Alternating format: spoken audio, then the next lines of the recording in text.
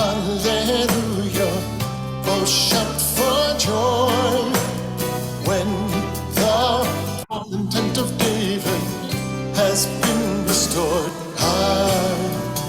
Oh, la la la la la. I'll bring back the captives of my people Israel. They shall build the broken walls and cities and live in them. Oh, la la la la la. I will call my people from the nations. I'll plant them in their land. They shall grow and flourish like a vineyard, not be moved again. Hallelujah, oh shout for joy when the fallen tent of David has been restored. Oh, la la la la la. I will reap a harvest from the nations. I'll bring them by the hand, Jew and Gentile worshiping together as one new man. Strike the harp and play upon the timbrel. Oh, children, dance and sing, shout for joy.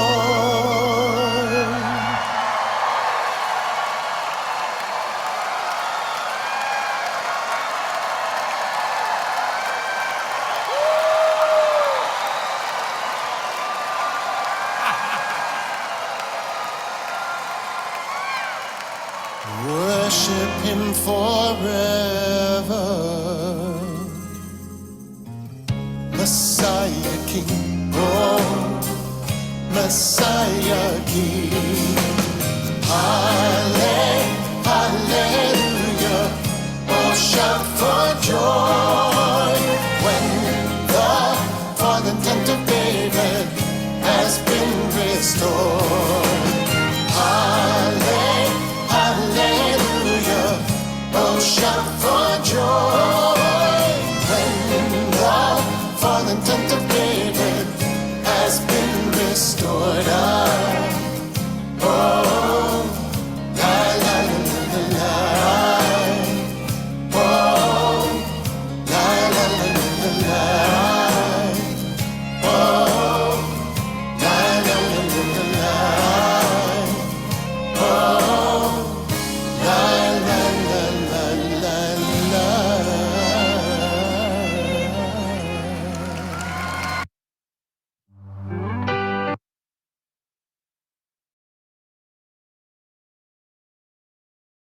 Okay, welcome.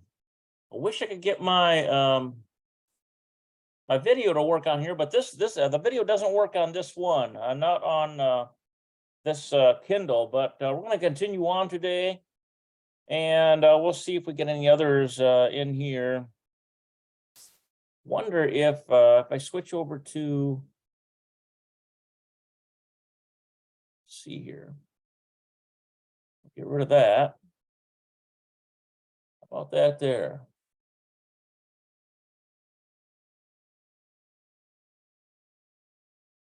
Video settings.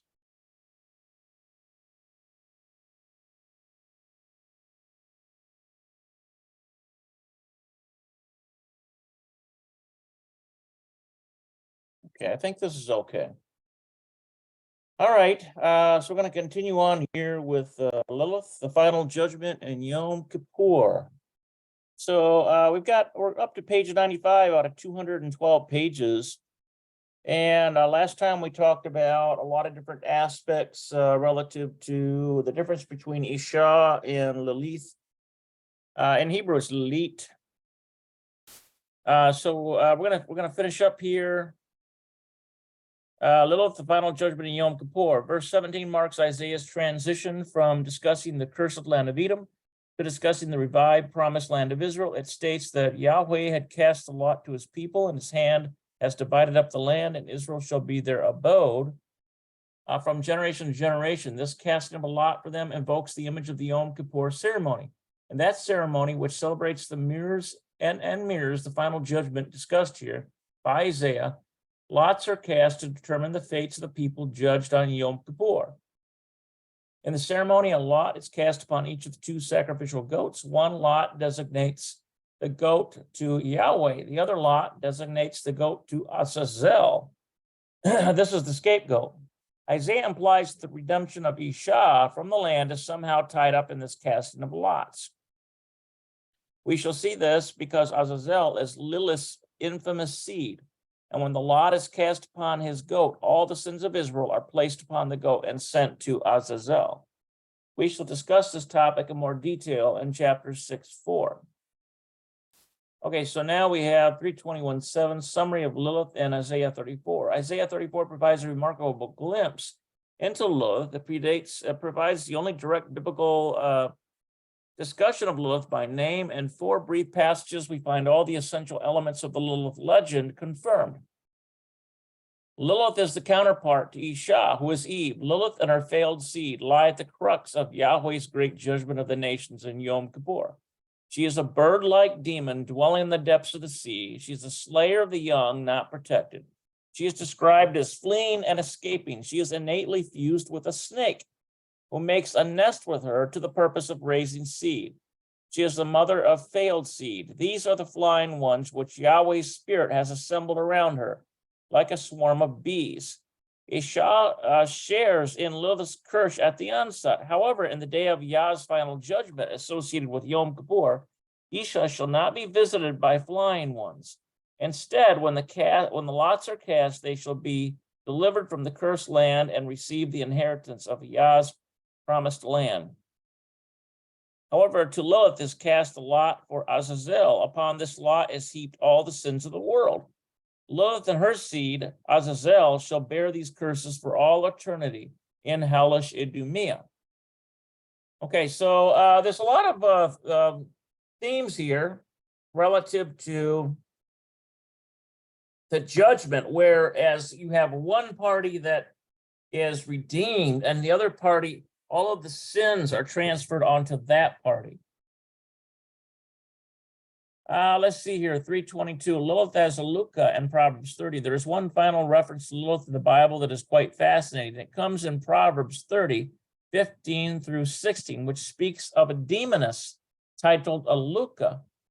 Proverbs' heavily mystic passages speak of 2 types of barren women given over to the power of a Luca. To one woman, a Luca serves as a source of cursing and death, but to the other woman, a Luca is the catalyst in granting a promised seed. Aluka's dual role towards the woman has obvious strong parallels to the cursing agent in bitter water trial of the soda. Let's take a look at that real quick here. Let's see, Proverbs. Let's see if I can get that up here for us.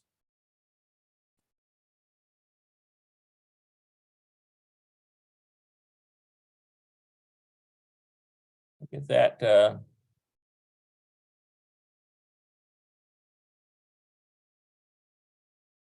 Okay. Look at this. The horse leech hath 2 daughters, crying, give, give. There are 3 things that are never satisfied. Yea, 4 things say not. It is enough. The grave, the barren womb, the earth that is not filled with water, and the fire that saith not. It is enough. Interesting. Okay, so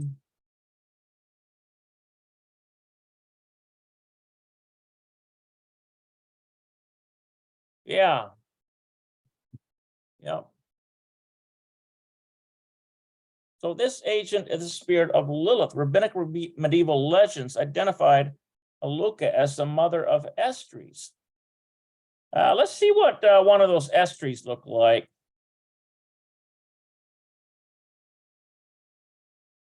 they're talking about here?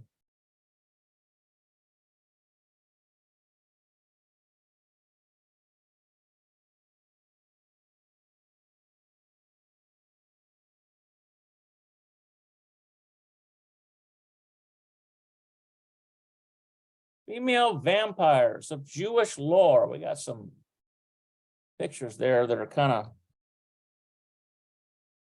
questionable, don't we?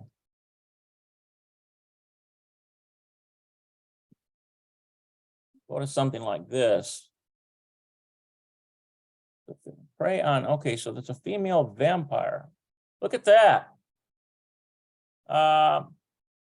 The name derives from the French streaks, a term for a night owl. Isn't that something?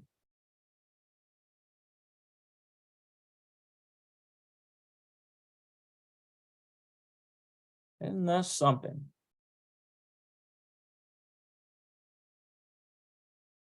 See what you got there. Yeah, okay.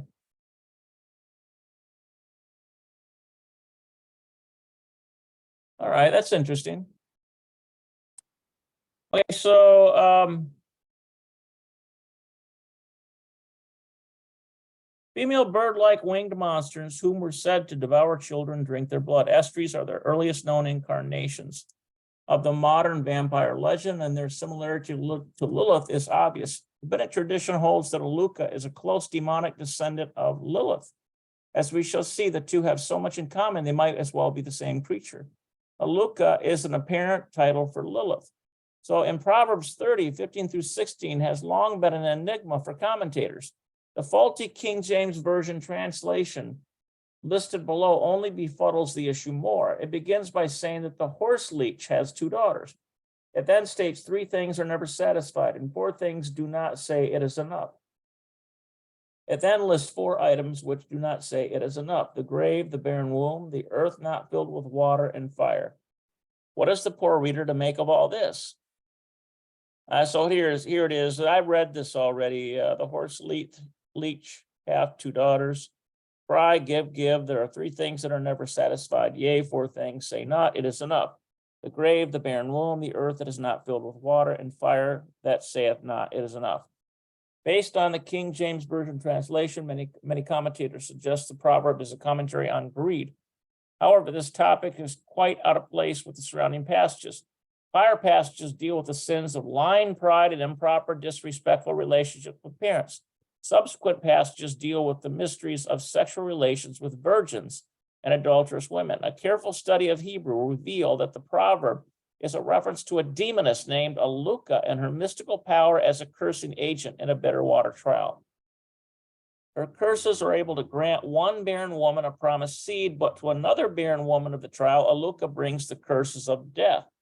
The first obstacle to correctly understanding Proverbs is to correctly translate Aluka, Strong's 5936 in verse 15. The King James Version renders it horse leech. This is not entirely without merit, as Aluka is a feminine noun formed from an unused root meaning to suck. And in Talmudic times, this Hebrew noun has been used to denote leeches. However, neither Aluka nor its root appears anywhere else in the Bible. This makes ascertaining its true biblical meaning very difficult. It is now commonly understood that Aluka is the proper name of a well-known Middle Eastern demoness in ancient times. Genesius states that Aluka in Proverbs is the proper name of a demoness linked to the Arabic demoness Aluk, whose Arabic root also means to suck. Aluk was a female night monster or vampire who sucked blood from her victims. Likewise, the Jewish Encyclopedia links Aluka to Aluka, a Hebrew succubus and female vampire. There is little doubt that the Arabs Aluk and Hebrew Aluka are the same demon. According to a comprehensive demonic pantheon compiled by historic researcher Mark Carlson of the University of Tulsa, Aluka was a direct female offspring of Lilith. As we shall see, there are obvious reasons to hold this opinion. The similarity between Aluka and Lilith is so vast, the two may well be the same entity. The Proverbs of verse 15 and 16 has long befuddled readers. Based on the King James translation, of the underlying Hebrew, comprehension is almost impossible. A proper understanding begins with a good literal translation provided below. In obtaining this literal translation, it is important to note 4 corrections to the King James Version. First, Aluka is actually the proper name of a demoness. Second, Aluka is clearly prefixed with a lamed, inseparable preposition meaning 2 or 4. Thus, the daughters are being given over to Aluka. This important preposition is simply ignored in the King James Version. Third, the King James Version word for satisfied in verse 15, sabonea, is clearly the plural imperfect future tense of saba and negated. It should be rendered, they will not be satisfied. Fourth, the King James Version word for say in the second verse, amarav, is the plural perfect tense of amar and negated. It should be rendered, they had not said. A best literal translation is given below. The word-by-word breakdown of the Hebrew is given in table 319. To Aluka are 2 daughters. Give, give. 3, behold, not will be satisfied of 4, that not had said it is enough. The grave and the barren womb, the earth not satisfied with water and fire. Not she has said enough. Okay, so here it is here. So now with the proper translation now in hand, the 2 keys to understanding the proverb is to identify Aluka as a demoness and deciphering the mystical meaning of the cleverly crafted riddle. The proverb begins by announcing that 2 daughters are given over to the demonic power of Aluka. The double imperative, have, give, apparently refers to the individual giving over of each daughter. As we shall see, the remainder of the proverb is a riddle, discussing the 2 possible fates of these daughters at the hand of Aluka. The riddle portion of the proverb is based on a Hebrew poetic parallelism. It announces that 3 things will never be saba, satisfied, of 4 that have said it is not enough. It is then lists 4 things which have said it is not enough. Number 1, the grave. Number 2, the barren womb. Number 3, the earth not satisfied of water. And number 4, fire. So all of these things, the grave is constantly filling. A barren womb is a perpetual sorrow to a woman who cannot have a child. The earth not satisfied of water, water sinks, it continues to go into the earth, right? And fire consumes, it continues to burn and consume.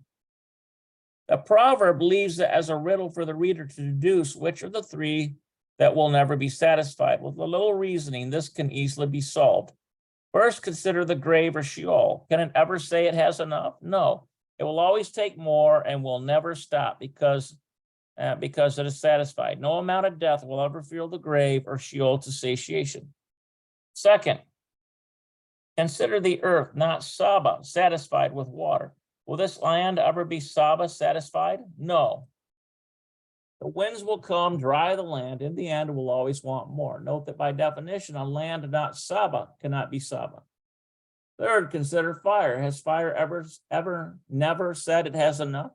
Has fire ever consumed a timber and refused to take its neighbors simply because it has had enough? No, fire is never full and will never be satisfied as long as there is fuel.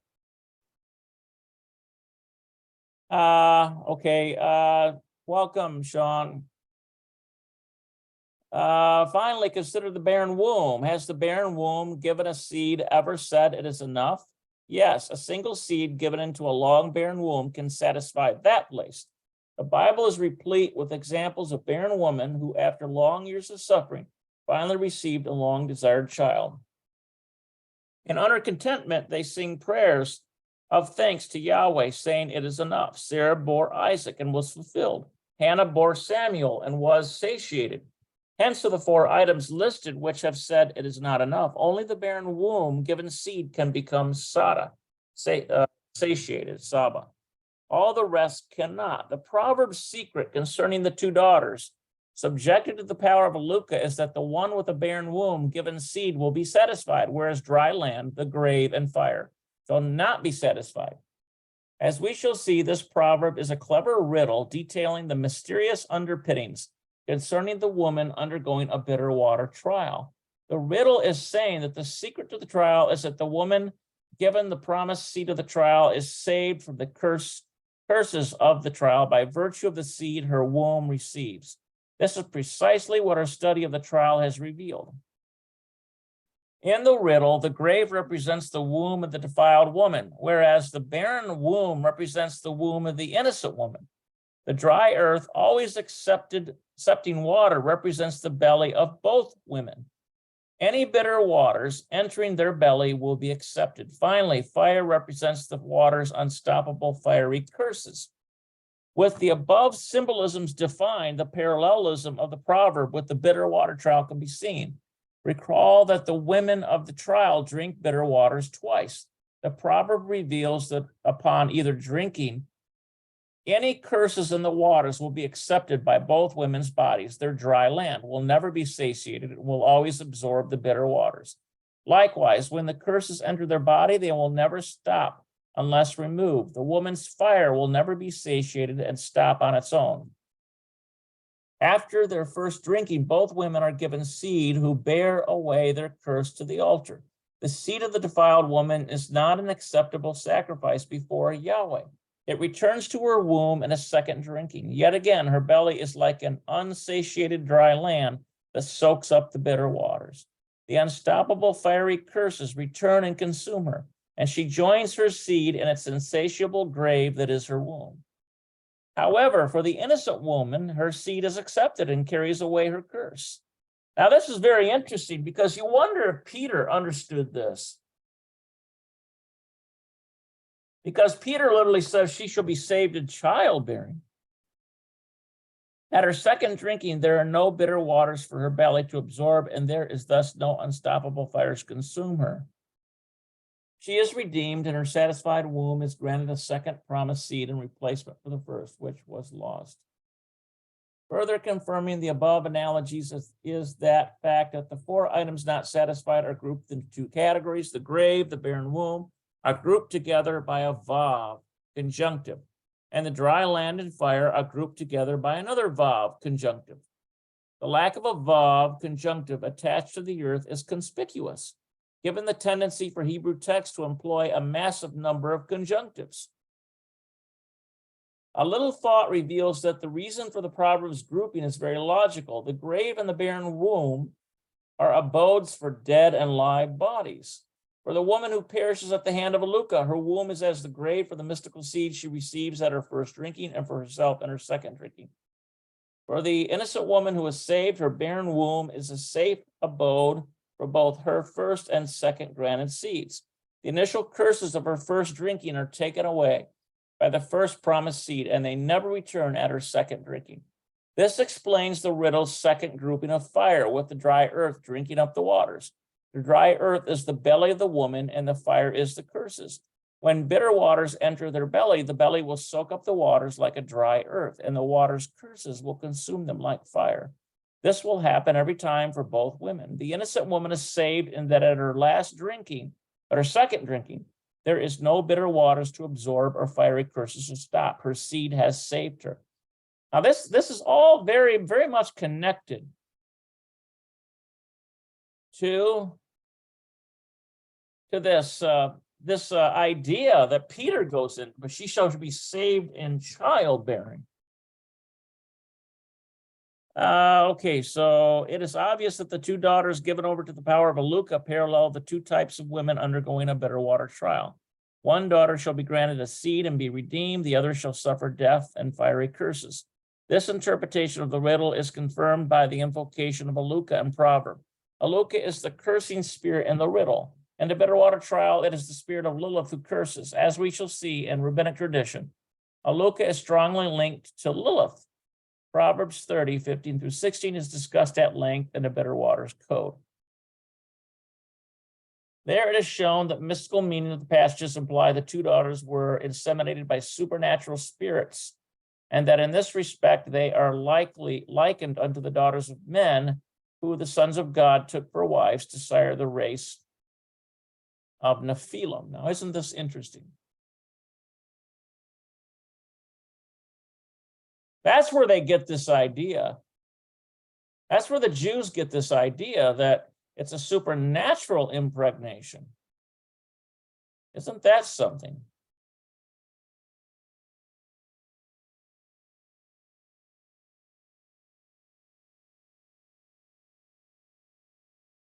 Okay. Very interesting. Okay, so Aluka, Lilith, and Estries. Traditions on Aluka reveal her similarity to Lilith. Like Lilith, Aluka sought to snatch and kill children for revenge. Aluka is perhaps best known as the namesake mother of the Jewish vampires, the Aluka. The best Jewish references to Aluka come from the writings of the Hasidai Ashkenaz, a mystical movement of 13th century Germany. The best of these writings is the Sefer Hasidim, a halakhic work written by Rabbi Yehuda HaChassid, Rabbi Judah the Pious. There, the Aluka, referred to by their French name Estries, were demon-filled female creatures with bird-like characteristics who could fly and who unleashed their supernatural powers by releasing their long hair. The French Estries derived from streaks. Now, isn't it interesting that all of these cultures and these languages have a similar creature? And this is where they're getting the night owl in the translation, in the Isaiah translation. This Latin term was apparently used because the ancient Romans believed that the owls consumed human blood. The Strigas were said to be terrible women who could turn themselves into dreadful birds of prey with huge talons, misshapen heads, and breasts full of poisonous milk. In later medieval legends, they continued to be associated with screech owls. There is the fascinating possibility that the same medieval beliefs that led to the association of Aluka to owls led the King James Version translators to render Lilith in Isaiah 34 as screech owl. That's what I thought too. When faced with the proper name of a demon in the Hebrew scriptures, the King James Version almost always attempts to translate the name as a reference to a common animal that might be associated with it. It may be from Aluka's legend that the King James Version translated Lilith as a screech owl. They were confronted with a demonous name, and in its place, they used the name of the animal most closely associated with it. So this is why it's important to know the Hebrew, if you want to really get down into the deeper aspect of things. Yeah, that's right, Steve. According to Sefer Hasidim, the Estries fed on the blood of victims who would eventually die if prevented from feeding. Their favorite prey was children. This is in keeping with Aluka's desire for revenge against children and matches Lilith's legend as an enemy of children. According to Sefer Hasidim, Estries could shapeshift into various forms and often appeared as normal humans. In one story, a woman who was an Estrie fell ill and was washed over during the night by two unsuspecting ladies. When one of the women fell asleep, the Estrie suddenly stood up and began to unravel her hair, and then attempted to suck out the blood of one of the sleeping women.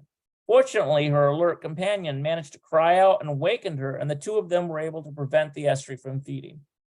The Estrie then sprouted wings and attempted to fly off. This sudden transformation from woman to winged monster again matches the Lilith legend. The medieval texts list several different ways to restrain an Estrie. First, they could be controlled by the imposing of an oath upon them. In addition, since their powers were somehow linked to the loosening of their hair, they could be restrained if their hair was somehow held in check. Finally, if a known Estrie, hiding in human form, was included in the prayer for the sick that is recited in synagogue, the congregation was warned not to respond with amen. This is again in marvelous similarity to Lilith and Soda. Lilith gained her powers by loosening her hair. Similarly, Lilith and the Soda were constrained by oaths. And it was the amen of the women in the Bitterwater trial that empowered her demonic curse against her. In other words, remember that the woman agreed to the ceremony.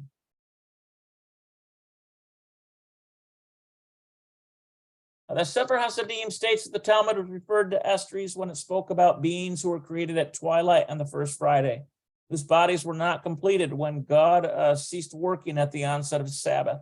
This again matches the essential elements of the Lilith legend and points to Aluka as Lilith, For in a very real sense, Lilith was an incomplete creation of the first Friday.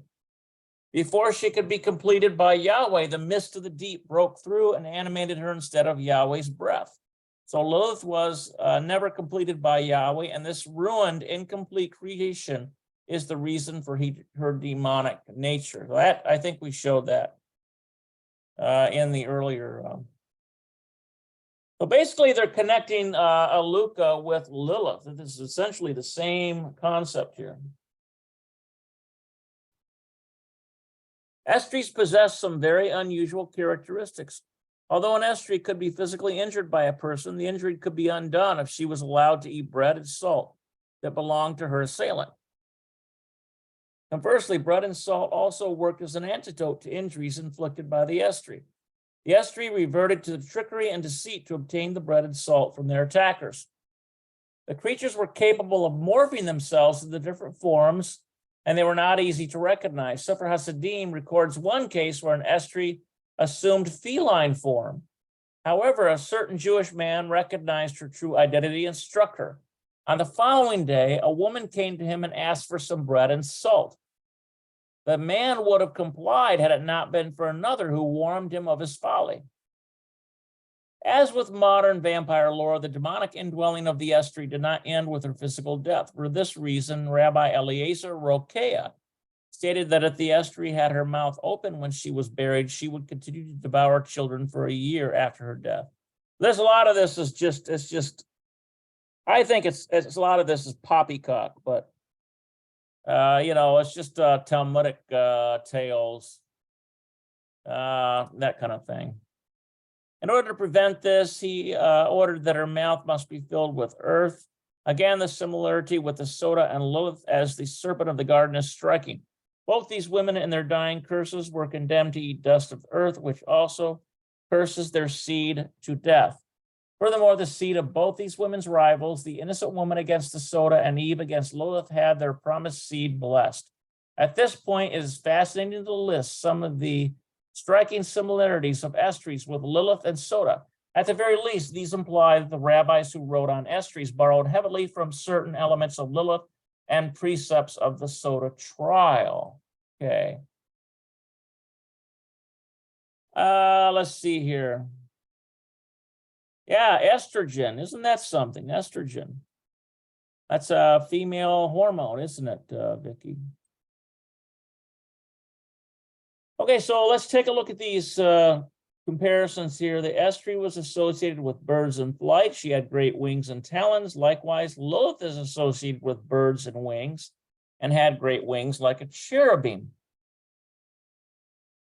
Estries could transform between a normal human form and their bird-like monstrosities. Lilith underwent the same transformation at least once. The primary prey of estries was children.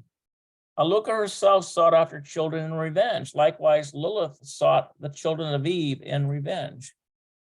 This trait also extends to the Soda, for the initial victim of her bitter water curses was her seed. Okay, so the Aluka's power was activated by unleashing her hair. Likewise, Lilith activated her powers by unleashing her hair. This similarity extends to the Sota, for she had her hair unloosed as part of the trial ceremony.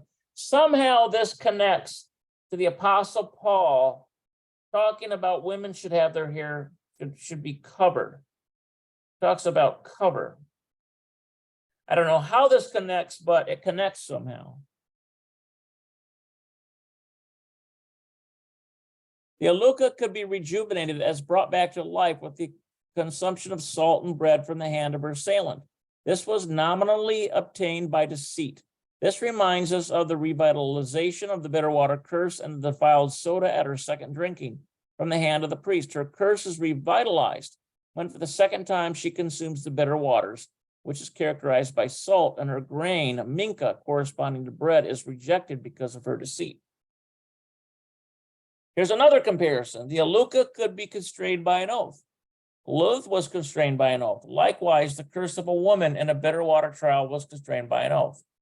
One was, number 7, one was warned not to say amen to a prayer for an Aluka's return to health. Similarly, the Soda was warned not to say amen to the curses which would return unto her in a revitalized state at her second drinking. And finally, the death or banishment of the demonic spirit indwelling in Aluka was accomplished by filling her mouth with soil. So too, the end of the demonic indwelling spirit of Asota was accomplished through the filling of her mouth with dust of the earth and the bitter waters. Lilith, as the serpent of Eden, was likewise cursed with eating dust. Isn't that something? All right, so that is that part there. So basically, it's making a argument that this Aluka, which is referred to in Proverbs, could very well be Lilith. So we actually have two places in the Bible that reference Lilith as this creature.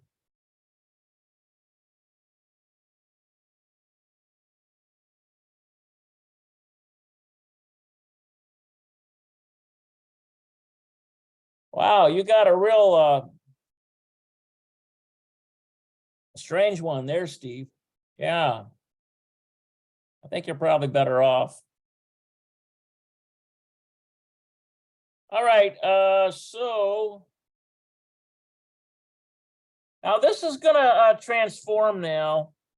Remember in the book of Genesis chapter 6 says the sons of God came down and saw the daughters of men, and they went unto them, and they produced the race of the giants. So this Azazel is the progeny in this understanding of Lilith and Samael, one of the fallen angels. So let's continuing on here. Azazel, the serpent seed. A final biblical evidence for Lilith arises from Leviticus 16, which defines the rituals of Israel's Yom Kippur ceremony. Yom Kippur remodels the redemptive act of Yahweh and the Messiah in restoring man. In the ceremony, a demon named Azazel plays a critical role as a foil to Messiah. As a counter to Messiah, Azazel fulfills the role of the serpent's infamous seed, which Yahweh prophesied would bruise the heel of Eve's promised seed, Messiah. And therefore, Messiah would crush the head of Lilith's seed. Because the serpent seed had to be in place at the time of Messiah's bruising 2,000 years ago, this rules out any future person or antichrist as fulfilling the serpent seed role. Isn't that an interesting concept? Look at that one there. Because the serpent seed had to be in place at the time of Messiah's bruising 2,000 years ago, this rules out any future person or antichrist as fulfilling this serpent seed's role. So who will the antichrist be then? Interesting. Azazel had to be a physical person sire to the serpent, who was bound in his own curses at the time of Messiah's bruising. Outside of the Lilith legend, there is no known historical candidate for this seed of the serpent at the time of Messiah's crucifixion. However, a careful analysis of 1st Enoch, the Zohar, and other ancient sources indicate that Azazel was the firstborn seed of Lilith. Furthermore, he was the result of her mating with the fallen angels called Watchers. Interesting. A complete discussion of Azazel as the seed of the serpent Lilith is a lengthy topic. An entire chapter is devoted to this topic in chapter 6. Okay, well, let's open it up for comments. Any comments so far?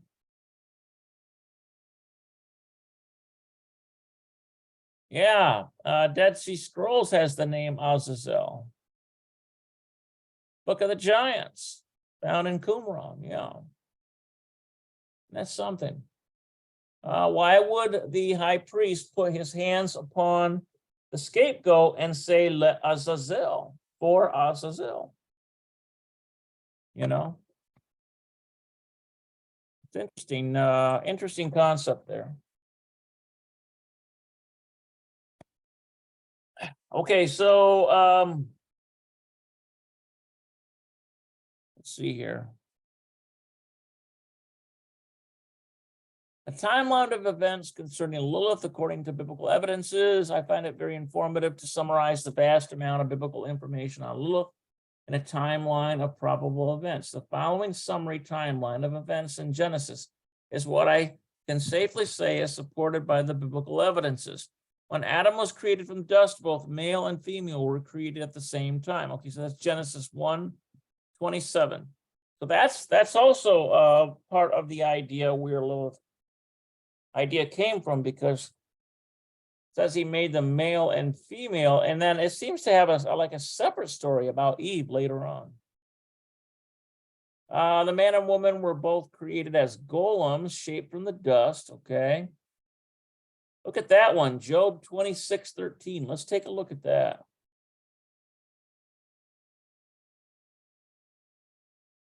Let's see if I can find that.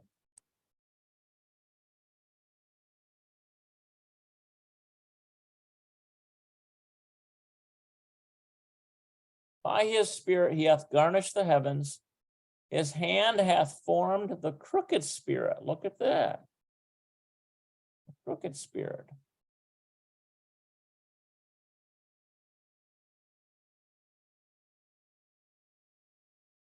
Okay.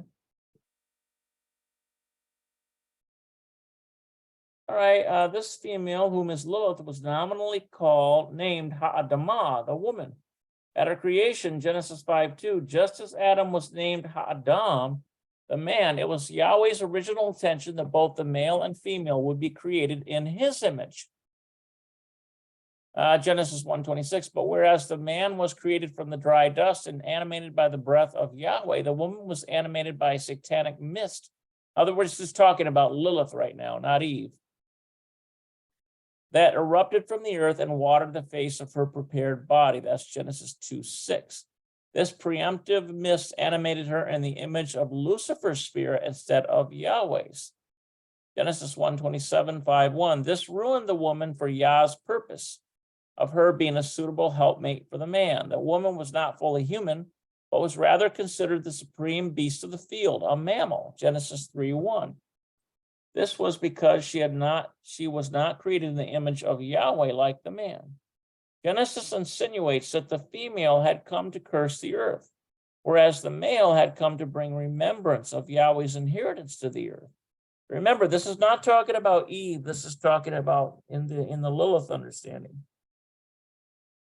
It flatly states that with the creation of this male and female, two rival generations were being established. One, the generation of the heavens, and the other, the generation of the earth. Well, the generation of earth would be Adam, Eve, Seth, Cain, Abel.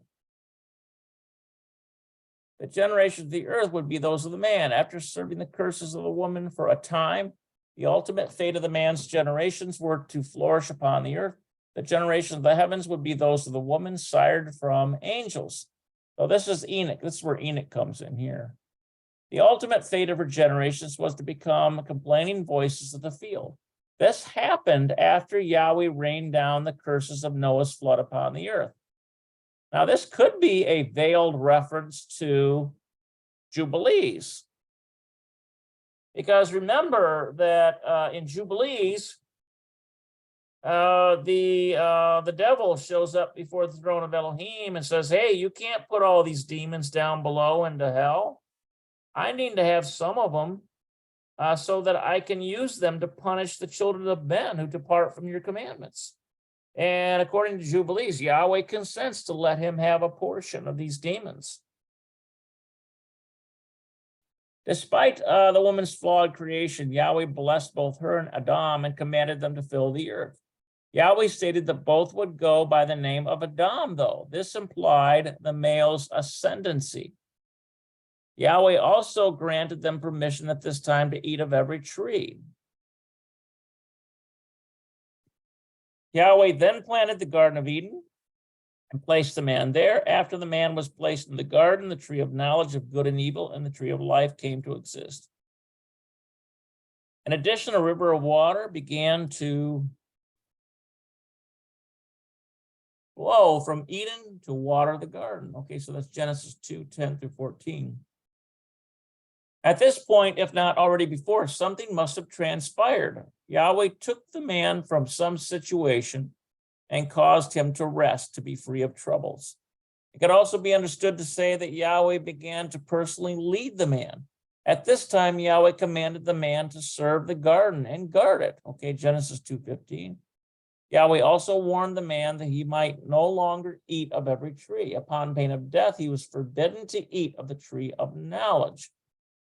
Genesis 2:16 through 17. It is apparent that something had transpired to cause this new command.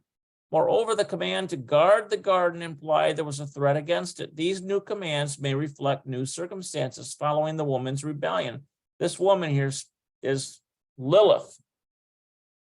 This notion is supported in the very next verse, which relates that at some point the woman had separated from the man, or the man had become alone. Okay, so this would be talking about in reference to the mythology that Lilith. Well, the story is that she, the rabbis have a very entertaining story and somewhat Baroque way. It's had to do with a sexual issue, but it probably had to do with a lot more than that, if this is in case reality of what happened.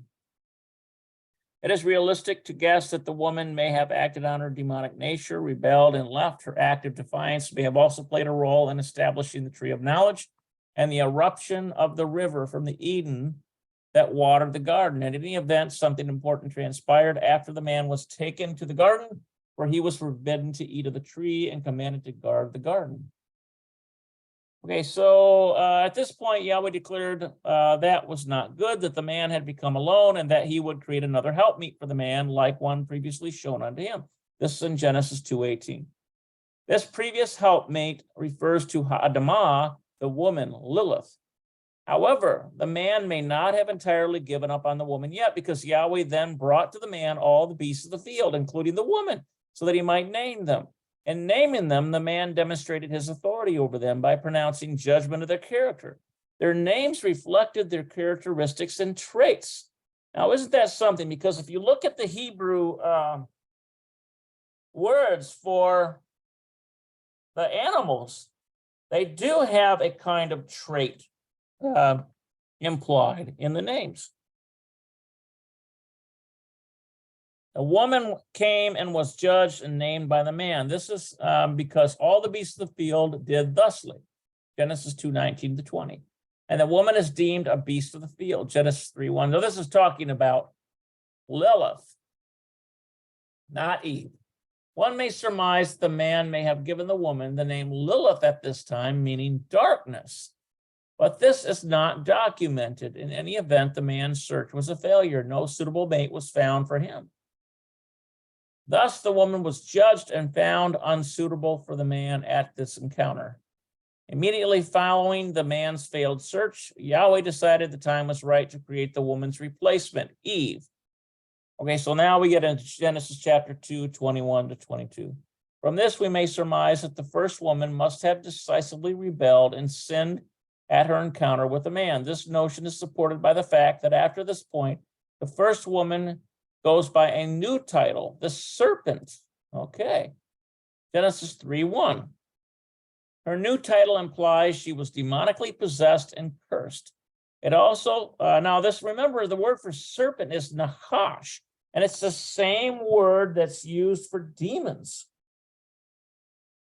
Her new title implies she was demonically possessed and cursed. It also suggests a new physical state for her. But the serpent of Eden is called the fleeing serpent, named Leviathan in Isaiah 27:1, and Job, what's this other one? 26:13, the Hebrew for fleeing insinuates winged flight, and it definitively indicates that the serpent was escaping from a situation, namely her situation in the garden. Because the woman acquired her title of serpent late in the Genesis account, this confirms a transformational event must have occurred to her. Okay, so at Eve's creation, the man remarked that this time this woman was made of his own bone and flesh. I remember it says that in Genesis, bone of my bone, flesh of my flesh. You should be called Hava, mother of the living. This time it is in reference to the creation of the previous woman Lilith, who was not made from the man's flesh, but rather from dust. The man then named his new mate Isha, a woman, because she was taken from Ish, man. Adam could not give her the more logical name, Adamah or Ha'adamah, the woman, in the sense that she was taken from Adam or Ha'adam, the man, because that name was already taken, but also because she was taken from him. And she was not made on from the same process. Because that name was already taken, the man then prophesied that for Isha, he would forsake Yahweh his father, and he would cling to her. This had dire consequences for the serpent. Lilith returned to the garden and sought to bring down Isha. The serpent deceived Isha into sinning by eating of the forbidden tree. This is Genesis 3:1-6. The serpent began her temptation by challenging Isha if Yahweh really did forbid her eating of the tree. Isha not only confirmed this prohibition, but added an additional commandment that she could not even touch it. So the rabbis have speculated the man added this command to Isha as a precaution against her accidentally eating of the tree by getting near it.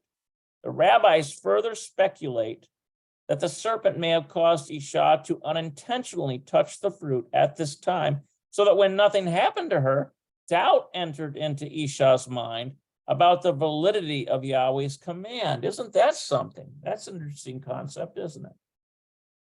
Whether these speculations are correct or not, there are concrete clues in the literal Hebrew as to what the serpent did do. The literal Hebrew says that Isha saw that the tree was what? Number one, good for food. Number two, made one beautiful. Number three, made one wise. Thus, it would appear that the serpent Lilith demonstrated these attributes in front of her. To accomplish this, the serpent herself must have eaten of the forbidden tree in view of Isha. After no ill effects overcame the serpent, this demonstrated the fruit was good for food. Next, the serpent somehow showed Isha, Eve, that the fruit made one beautiful. One might speculate that the serpent Lilith used the power and glamour of Lucifer to appear as a beautiful creature of light before Isha, promising her that she too could become the same if she ate.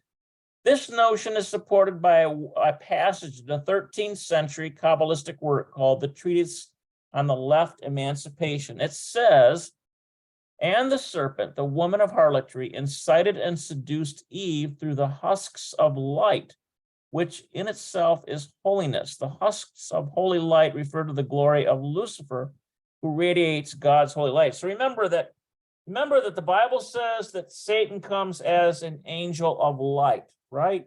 Comes as an angel of light. Have you ever read that?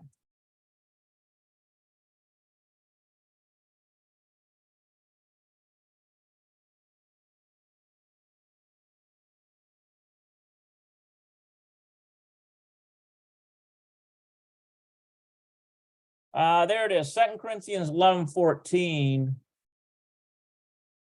Okay, so, but what I do, that I will do, that I might cut off occasion from them which desire occasion, that wherein they glory, they may be found even as we. For such are false apostles, deceitful workers, transforming themselves and the apostles of Messiah. And no marvel, for Satan himself is transformed into an angel of light. So you see that, that's interesting.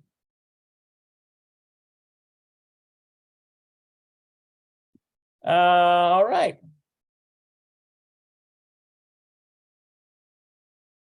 Lastly, the serpent somehow demonstrated to Isha that the fruit of the tree made one wise.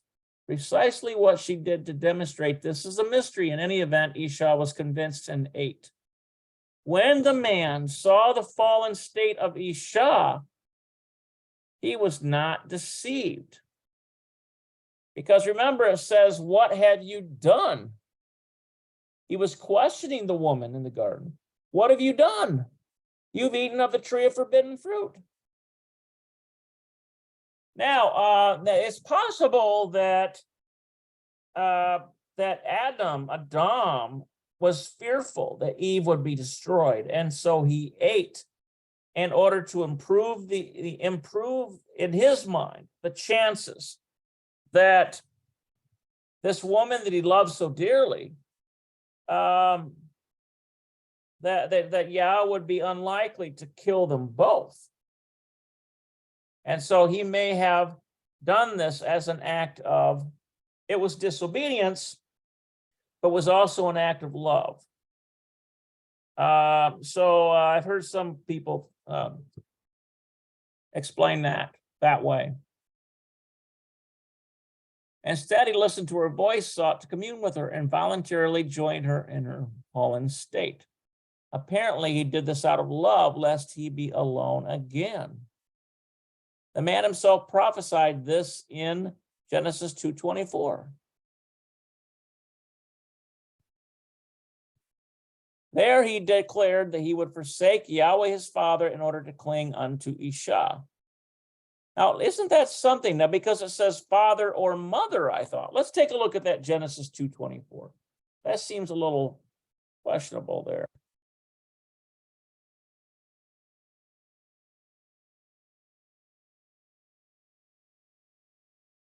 All right, and Adam said, this is now bone of my bones, flesh of my flesh. She shall be called a woman because she was taken out of man. Therefore shall a man leave his father and his mother and shall cleave unto his wife, and they shall be one flesh.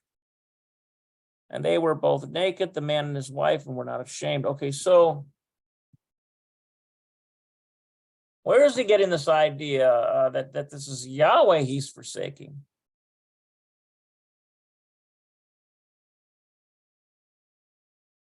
And leave his father and his mother. That's, I don't know.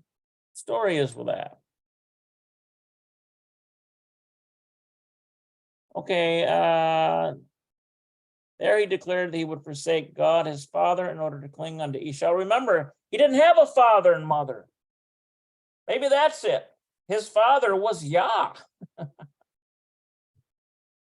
And maybe it's implying Elohim as in having female attributes too. Maybe that's what they're getting. By eating of the tree, the man forsook Yahweh and joined Isha, thereby fulfilling his prophecy. Some sages have noted that when the man explains to Yahweh that Isha gave him of the fruit and Vakal, I ate. The verb is the present future tense. It was as if the man was saying, I have eaten and will eat again. Look at that. Given the same circumstances. Another interesting line of thought is that the man had little choice in joining Isha. He had made a vow in Genesis 20:24 that their flesh was one. Thus, when Isha ate and suffered the curse of the fruit, it was almost as if the man ate and suffered the curse of the same instant. They were one flesh. Isn't that something? That has a lot of implications, doesn't it? Because it's almost like there's a third sense that a spouse has about the other. If they're in danger, a lot of times their spouse will sense it. A lot of times, that's interesting there. After the man ate of the tree of knowledge, he, Isha, Eve, and the serpent were brought together to be judged by Yahweh. Isha and the serpent were judged and cursed according to the rituals of the bitter water trial laid out in Numbers 5:10-31. This supernatural trial tested women accused of adultery and of turning aside from under their husbands. The serpent Lilith was judged and cursed according to the defiled adulteress during the trial. Like the trial's adulteress, the serpent was forced to eat dust, was cursed in her belly, and her seed would wound the innocent woman's promised seed. Also, like the trial, the innocent woman's promised seed would be miraculously revived and slay the serpent seed. That's the resurrection right there. That's the resurrection. And the serpent herself. Isha was cursed according to the innocent woman of the trial. She would bear seed in sorrow and pain, but shall be saved in her childbearing. That's in 2 Timothy. I guess it's not in Peter, it's in 2 Timothy 2:15. Just as the innocent woman of the trial initially suffered the curses before having them removed by her promised seed. Interesting, like Ananias and Sapphira, yeah.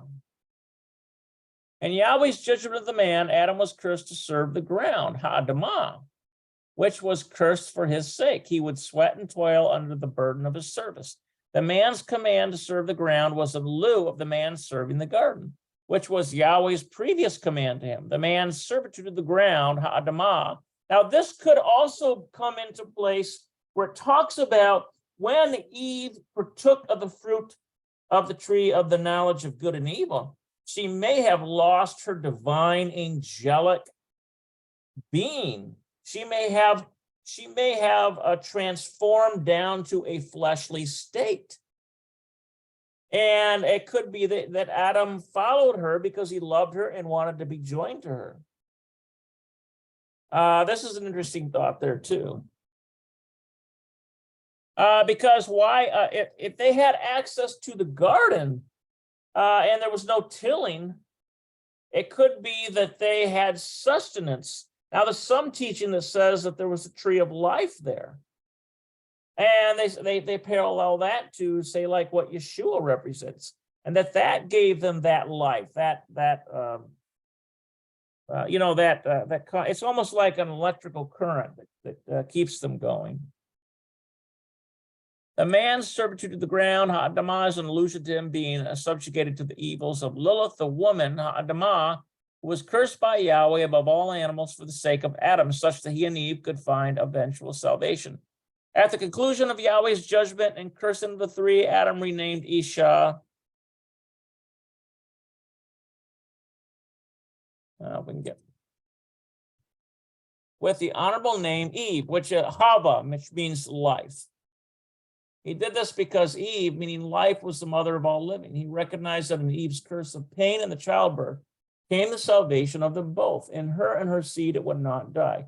Yahweh clothed the two with animal skins. Now, this could be actual physical skin. It could be physical skin, possibly, so that he might not look upon their nakedness anymore. Yahweh then sent them from the garden, lest they should eat of the tree of eternal life in their fallen condition and be forever damned. Wow. Now, that damned means that they had their lifespan would run out. They would no longer have eternal life. What Lilith did after Yahweh's judgment of her in the garden is largely the topic of chapter 6.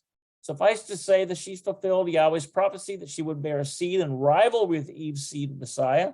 Lilith's seed was Azazel, who she conceived by consorting with fallen angels called watchers.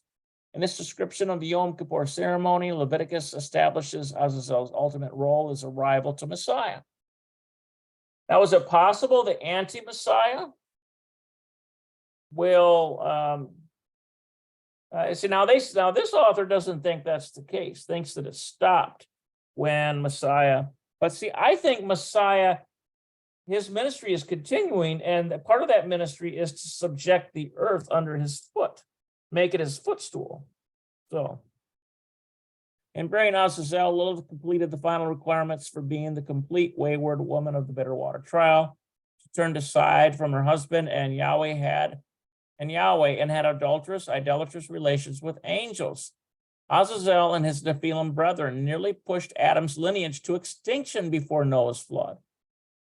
However, Yahweh imprisoned the watchers and brought the flood to destroy the Nephilim. The Nephilim, remember, comes from Nephal. It means to fall upon. It's like fallen one. Returned after the flood in a reduced state at Gibborim. Remember, because it says, and then also afterward in Genesis 6. Before the flood and then also afterward. There's like a little cryptic statement there that's often overlooked by people in Genesis chapter 6.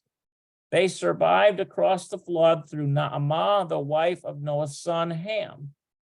Isn't that something? That's the second time I've seen that theory there. That Naamah had this Nephilim blood in her. That one of the wives of Noah's sons had this Nephilim blood. Israel apparently destroyed the last of this defiled lineage in the time of King David. Okay, so this is where we're going to stop. Very interesting material. I think we're at an hour, and so any thoughts or comments on this stuff? lot of interesting material there. So anyway, I hope you guys got something out of this, and I'm going to continue just to read through it and talk about it, look up the scriptures, and it does provide an insight into a lot of some of the, shall we say, cryptic elements of scripture. All right, guys. So Yahweh bless you, and hopefully, Steve, look, I saw your question there. I wonder if Noah's son's wife was like a giant. Well, it's interesting that one of these books seems to is it Enoch, or one of these books is one of the books of Enoch, but it's not the Ethiopian variant. Seems to indicate that there was like a larger size, and then there was like a middle size, even larger, and there was like a really big size. It talks about sizes, so maybe she was a little bigger. I don't know. Maybe she was bigger boned. I don't know. She was a big boned woman. Who knows? Who knows? This is at this point it's a little academic, isn't it? Yeah, a little academic. All right, I'm going to keep slogging through this material, guys. Yahweh bless you until next time we meet. And remember, midweek manna. Tomorrow, 8 p.m., midweek manna. We've got some speakers coming in, and I've got some music, and we'll do our best. We'll do the best we can. All right, shalom, shalom.